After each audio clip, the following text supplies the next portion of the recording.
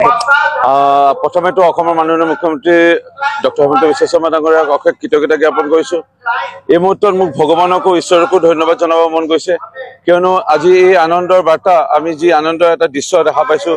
আজি ৰাষ্ট্ৰীয় প্ৰেক্ষাপটত চাবলৈ যদি যোৱা যায়, আজি আমাৰ অসম দৰে ৰাজ্যৰ দেৰগাঁৱত থকা পুলিচ একাডেমী কেতিয়াবা ৰাষ্ট্ৰীয় পৰ্যায়লৈ উন্নতি হ'ব এনেকৈ সপোনতো ভবা নাছিলোঁ। সম্ভৱ হৈ উঠিল ডক্টৰ হিমন্ত বিশ্ব শৰ্মা ডাঙৰীয়াৰ কাৰণে। অসম্ভৱটো সম্ভৱ হৈ উঠিছে, কাৰণ অসমখনত গুলি বম ফুটি আছিল, আজি নোহোৱা হৈ গ'ল শান্তি আলোচনাৰ পিছত। আজি অসমখনত স্বচ্ছতাই নিযুক্তি ভবাই নাছিলে কোনো, যে টকা দিয়েহে চাকৰি, এনে এটা পৰিৱেশ আছিল য'ত আজি টকা নিদিও চাকৰি পাবলৈ ধৰিছে। আজি উন্নয়নৰ দিশত যদি চাওঁ, আমি ব্ৰহ্মপুত্ৰৰ ওপৰত দলং অকল কেৱল নিৰ্মাণ কৰাই কেৱল নহয়, গ্ৰামাঞ্চলৰ আজি উন্নয়ন, চাহ বাগিচা অঞ্চলৰ উন্নয়ন, সমগ্ৰ এটা ভাল এটা বাতাবৰণ এটা সৃষ্টি হৈছে। মই আনন্দিত মাননীয় কেন্দ্ৰীয় গৃহমন্ত্ৰী ডাঙৰীয়াক আজি আমাৰ গোলাঘাট তথা দেৰগাঁও এই যোৰহাট অঞ্চললৈ আমি অসমলৈ স্বাগতম জনাইছোঁ। আৰু মোৰ দৃঢ় বিশ্বাস, এই পুলিচ একাডেমীত আজি মণিপুৰৰ পৰা আজি ইয়াত শিকিবলৈ আহিছে বা প্ৰশিক্ষণ ল'ব আহিছে, গোৱাৰ পৰা প্ৰশিক্ষণ লৈ আছে, বৰ্তমান বিভিন্ন ৰাজ্যৰ পৰা হৈছে, অৰ্থাৎ ৰাষ্ট্ৰীয় পৰ্যায়ৰ এটা পুলিচ একাডেমী আমাৰ হ'বলৈ গৈ আছে। মই আনন্দিত, আজিৰ দিনটো এটা ঐতিহাসিক দিন ৰূপে চিহ্নিত হ'ব অসমত, মোৰ দৃঢ় বিশ্বাস। যিসকলৰ ইচ্ছা এটা ভাল অনুষ্ঠানত সাক্ষী হ'বৰ কাৰণে তেওঁলোক নিজেও আহিলেহেঁতেন, তেওঁলোকৰ ইচ্ছাই নাই, কাৰণ তেওঁলোকে গা জ্বলি আছে। তেওঁলোকে এতিয়া কংগ্ৰেছ, তেওঁলোকৰ সাংসদক যদি কোনোবাই মাৰিছে, তেওঁলোকৰ সাংসদক যদি তেওঁলোকৰ কোনোবাই মিত্ৰজোঁট বোলে বা তেওঁলোকৰ ঐক্যবদ্ধ দলৰে বোলে গালি পাৰি খেদি দিছে, প্ৰদ্যুৎ বৰদলৈ ডাঙৰীয়া খেদি দিলে, কোনোবা সাংসদক ৰেভলিউচনক মাৰিছে, তেওঁলোকৰ মাজত যিটো অৰাজকতা হৈছে বা খামখিয়ালি হৈছে, মই এটা ভৱিষ্যতবাণী কৰিছিলোঁ 4 বছৰমান আগতে, যে কংগ্ৰেছ এটা ডুবন্ত নাও, কংগ্ৰেছ নিশেষ হৈ যাব। আজি সেয়া হ'বলৈ ধৰিছে কংগ্ৰেছৰ।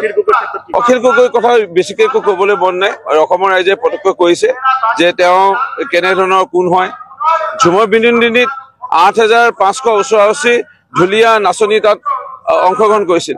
তাৰে 6,000 মূৰ্খ এজনেহে ক'ব পাৰে, 6,000 বোলে তাত মেট্ৰিক পৰীক্ষা দিবলৈ নগৈ তাত নাচিবলৈ গৈছে। কেৱল মাত্ৰ এজন পিতৃ তিতাবৰৰ, তেওঁ নিজে স্বীকাৰ কৰিছে, তেওঁ নিজৰ জীয়ৰী দুগৰাকীয়ে পৰীক্ষা অহা বছৰ দিব লাগিলে, বৰ্তমান মানে এইবাৰ ঝুমুৰত তেওঁ নিজে আন্তঃৰাষ্ট্ৰীয় ছোৱালীকেইজনীক অনুমতি দিছে। তাৰ বাহিৰে আৰু কোনো তেনেধৰণৰ নাছিল।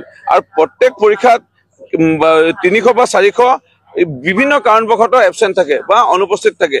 তেনেস্থলত 6,000 সংখ্যাটো ক'ত পালে? অৰ্থাৎ তেওঁ ক'বলৈকে বিধানসভাত তেওঁ লাষ্ট যিটো পাইছে, মুখ্যমন্ত্ৰী ডক্টৰ হিমন্ত বিশ্ব শৰ্মা দিয়ে আছে মাজে মাজে। সেইকাৰণে মই অখিল গগৈৰ বিষয়ে বিশেষ ক'ব। মোৰ মা 2004 চনৰ 4 ফেব্ৰুৱাৰীত মৃত্যু হৈছিল।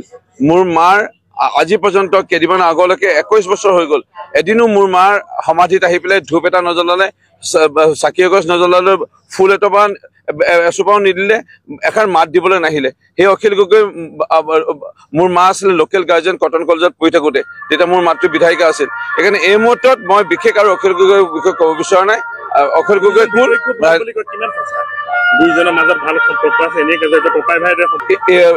ৰাজনীতি এটা বেলেগ সুকীয়া বিষয়, আৰু নিজৰ দায়িত্ব এটা বেলেগ এটা বিষয়।